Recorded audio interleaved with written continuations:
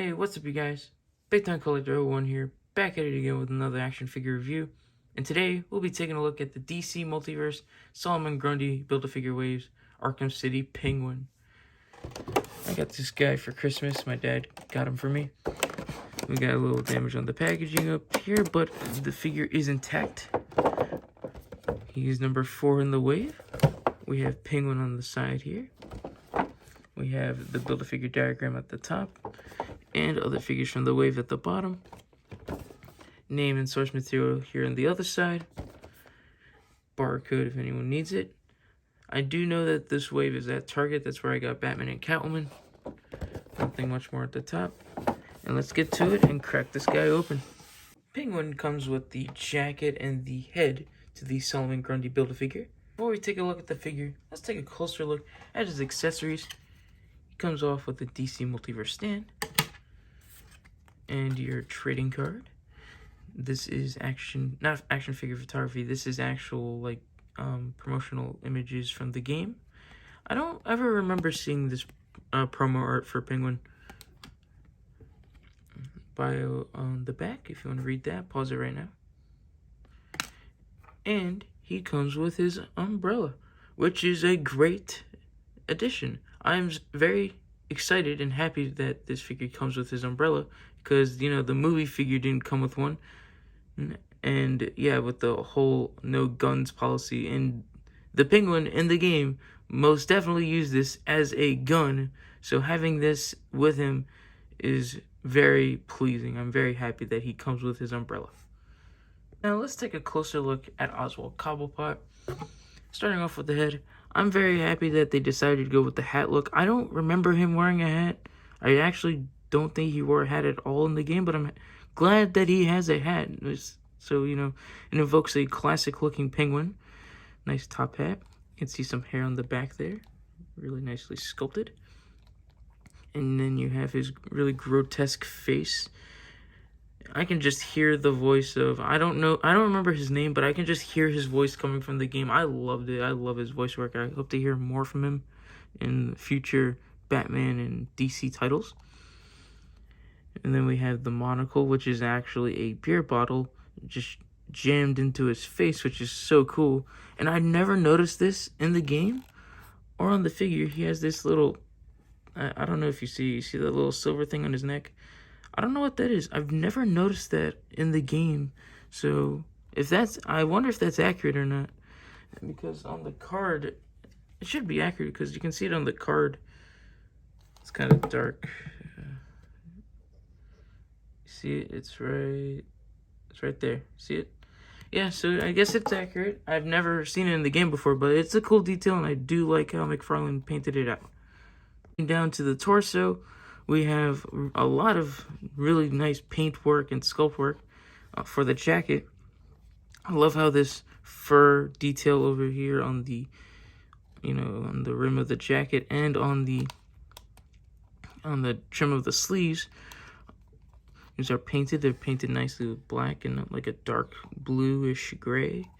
And then in the middle, we see some green in the shirt, some like a dirty gray up here, and then just nice texturing overall on the whole jacket.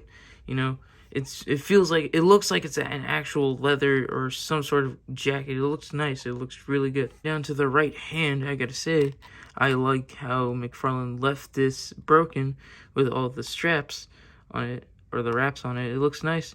I do remember in the beginning of Arkham City, you break the Penguin's hand, and and for the rest of the game, he has his hand like this. So, it's not going to do much, but it does look cool. On the other side, it's all fine. It's a gripping hand. It looks good. It would have been nice to get an interchangeable right hand where it's normal. Going down to the pants, gotta say, it's nicely sculpted again. You get to see some really nice detail. Looking closely, you can see like a belt buckle looking good. And you can see like where the zipper would be and all this nice little details. And I do like the color. It's not like a straight up black. It's like a dark blue. So it stands out with the rest of the figure.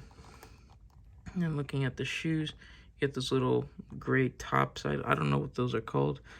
But again, looks nice. On the back, it's not much to see on the back. But Overall, really nice figure. Moving on to the penguin's articulation. Starting off with the head. His head can't really look up much due to the hat, but it can look down, it can look side to side, and has some great pivot. Shoulders move out that much. They do move down and they rotate 360. Has a bicep swivel. Double jointed elbows. Wrists that rotate and hinge. It does have some ab articulation. You can crunch down that much. You can crunch back a good amount, which is surprising. You do get some tilt and some rotation. Well, that's actually a really good rotation right there. He gets a decent spread. Kick out that much. They do kick back some. Single jointed knees. And they do rotate at the knee as well. Then the ankles don't really want to move down. They move up some. They do rotate and pivot. And he has toe articulation. Measuring the penguin out, he comes to around 6.5 inches tall. I like how short he is. And if you wanted to put him with a comic book Batman, you could do so. He scales well with both of these figures, but I do like how he looks next to the Three Jokers Batman the best. And here's how he scales with some comic book style Batman villains. We have Hush from the 2-pack and my custom Kit Bash, Death in the Family Joker. And again, I do like the height on this penguin. Here he is next to another DC Multiverse penguin figure from McFarlane Toys. We have the one from the Batman movie. Again, these two are great representations of the characters. But if I were to pick one, it'd be the video game version right here. I love the voice actor on this guy. I forget his name. I'll look it up later. Here he is next to his two wave mates. We have the Arkham City Batman and the Arkham City Catwoman. And then here he is up on the rotating base. And I gotta say, this figure's pretty good. There's not much to like, but also there's not much to dislike about this figure. And I will say this off the bat, he isn't my favorite, but he's not my least favorite from the wave. He does look great. He does look good for a stand-in comic book version. And I gotta say, this may just be my main penguin on the shelf, you know. I have no use for the movie one at all anymore. With this guy, I do like this one better than the movie version. He comes with his umbrella. The sculpting and painting is great on this guy.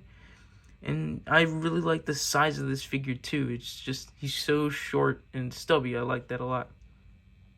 He looks good with your other comic book characters. He looks good with, with the other Arkham characters as well. And there's not much to really say about this figure, to be honest. It's good, but it's not really good, if you get what I mean.